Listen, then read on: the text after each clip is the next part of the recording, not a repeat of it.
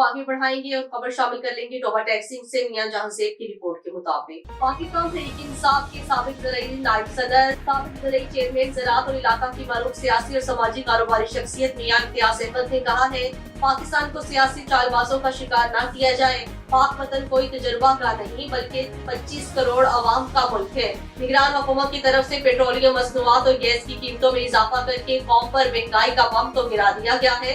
इन ख्यालात का इजहार उन्होंने अपनी अकामतगाह नवाही चक नंबर 318 में सहाबियों से खुसूसी गुफ्तगू करते हुए किया। उन्होंने कहा है, अब नहीं आने वाली हुकूमत इन मसनूआत की कीमतों में मामूली कमी करके अपनी वाह वाह बनाएगी। मुल्क की सियासी सूरत हाल इंतहाई तशवीशनाक है। कौम मसाइल और परेशानियों से दो चार है। इंतखाबात में 300 यूनिट बिजली फ्री, गैस, पेट्रोलियम की कीमतों में कमी का लॉलीपॉप देने वाले अब कहाँ हैं? आए और कौम के दरपेश मुश्किलात का मुदावा करें।